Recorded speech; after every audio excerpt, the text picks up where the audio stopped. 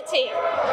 আমাদের দাবি হয়েছে আমাদের সরকারি বেসরকারি দপ্তর অধিদপ্তর পরিদপ্তর সকল আউটসোর্সিং কর্মচারী দৈনিক হাজিরা ভিত্তিক কর্মচারীদের আউটসোর্সিং বাতিল করে নিজ নিজ প্রতিষ্ঠানে চাকরি স্থায়ীকরণ এবং চাকরিচ্যুতদের পুনর্বহাল করার দাবিতে আমরা রাজপথে এসেছি।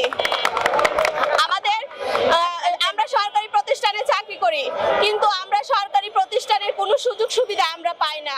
আমাদেরকে সরকারি প্রতিষ্ঠানে দালালের আন্ডারে ঠিকাদারের আন্ডারে আমাদেরকে রাখা হয়, আমাদেরকে দালালের মাধ্যমে কেনাবেচা করা হয়।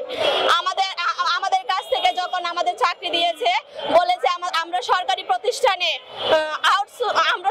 প্রতিষ্ঠানে মাস্টার রুলে যাব, তারপর আমাদের চাকরি সরকারি হবে। ঠিকাদাররা এরকম বলে আমাদের কাছ থেকে 2 লাখ 2.5 লাখ টাকা করে নিয়ে আমাদের চাকরি দিয়েছে, কিন্তু সেই চাকরি প্রতি বছর টেন্ডার বাড়ানোর সময় আমাদের কাছ থেকে আমাদের বেতন আবার কেটে নেওয়া হয়েছে। আমাদের 18,000 টাকা বেতন, কিন্তু আমাদের প্রতিষ্ঠানে 16,000 টাকা বেতন দেওয়া হয়। আমাদের কোনো মাতৃত্বকালীন ছুটি দেওয়া হয় না। আমরা মুসলিম দেশের মুসলিম নাগরিক, আমরা মুসলিম হয়ে 2টা ঈদে আমরা একটা বোনাস আমরা পাই না। আমাদের এই বাংলাদেশের কোনো প্রতিষ্ঠান এরকম নেই যে সেখানে বোনাস দেওয়া হয় না। শুধু আমরা আউটসোর্সিং কর্মীরা কোনো ঈদ বোনাস পাই না, কোনো বৈশাখী ভাতা পাই না। আমরা নারীরা আমরা কোনো মাতৃত্বকালীন ছুটি পাই না।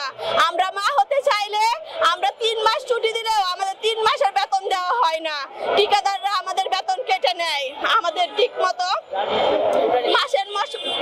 মাসের পর মাস যায়, আমাদের ঠিক মতো বেতন দেওয়া হয় না। আমরা এই ঢাকা শহরে ঘর ভাড়া খাওয়া আমরা কিভাবে চলি? আমাদের 5 মাস 6 মাস যায়, আমাদেরকে বেতন দেওয়া হয় না। অথচ আমরা একটা সরকারি প্রতিষ্ঠানে চাকরি করি, সরকারি প্রতিষ্ঠান